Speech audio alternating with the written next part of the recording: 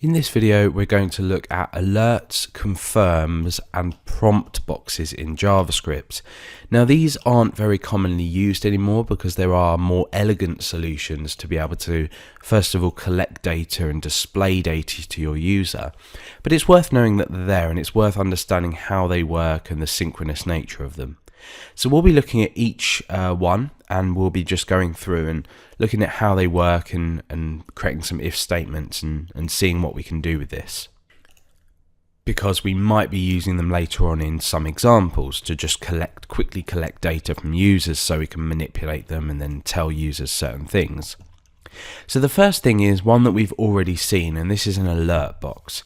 Now the first thing I'm going to go ahead and do is I'm going to create an external file for this tutorial.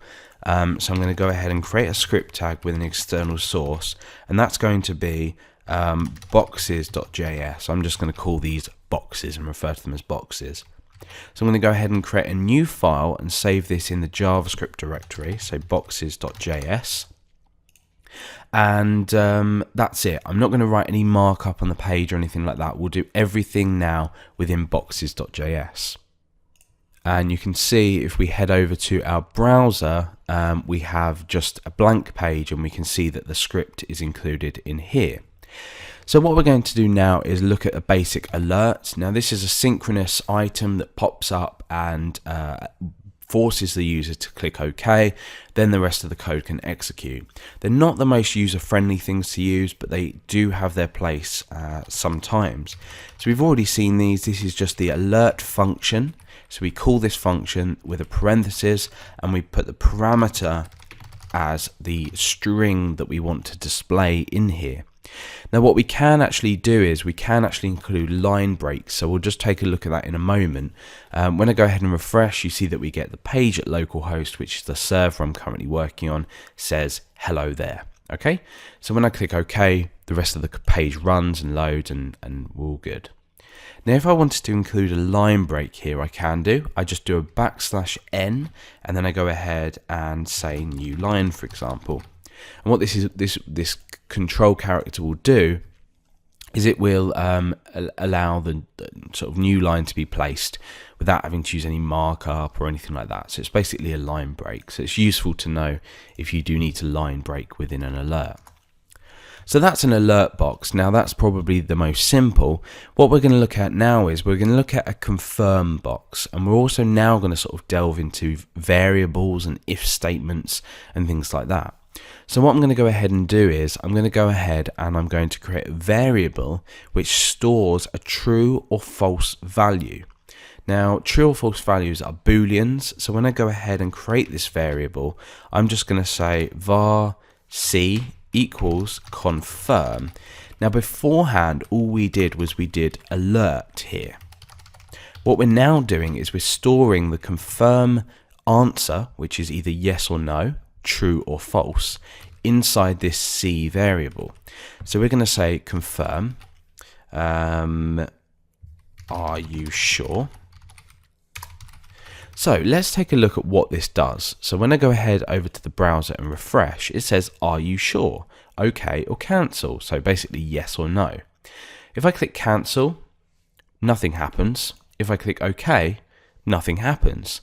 But what has happened now is the variable that we saw here now holds a value true or false. So what we can do is we can go ahead and we can work out what has been entered here. Now I can go ahead and alert C. Now remember not to include a string around this, or you'll literally output the character C. If you just go ahead and alert C, you'll see that when I click OK, you get true. And when I click cancel, you get false. So what we could now do with this confirm box is we can use an if statement. And what this will do is it will check if C is true or false. So we can say if C, alert, you are sure, else, alert, you are not sure. So now what's going to happen is it's going to actually alert something that we want it to alert based on what we click. So when I click cancel, you are not sure. And when I click OK, it says you are sure. So this is a confirm box that you can use to base an action within these blocks on an answer that's given to your user, whether that be OK or cancel. Now the third type of sort of box we're going to look at is a prompt box, and it's basically used for input of information from a user. So again, I'm going to say var, but this time I'm going to say name equals, and I'm going to use the prompt function. So not the alert, not the confirm, the prompt function. Please enter your name. Now all we're going to do with this is we're going to say if, in fact, let's take a look at the actual prompt box first before we do anything with an if statement. Here we go. It says please enter your name. So I can go ahead and enter my name and click OK. Now the same thing has happened here as the last time, but name now holds a string value based on what I've entered into there. Now if there's no value, this will be null. So we can go ahead and sort of investigate this by typing alert name. So let's go ahead and say refresh. Now this has stopped at this point. Remember, it's a synchronous item or a synchronous piece of code, which means that the alert box that we have written next won't be run until this has finished. It's a blocking operation. So when I type in Alex, it says Alex. So we've alerted out the name variable which holds Alex. What we can also do is enter nothing, which says nothing here. And that's actually a null value.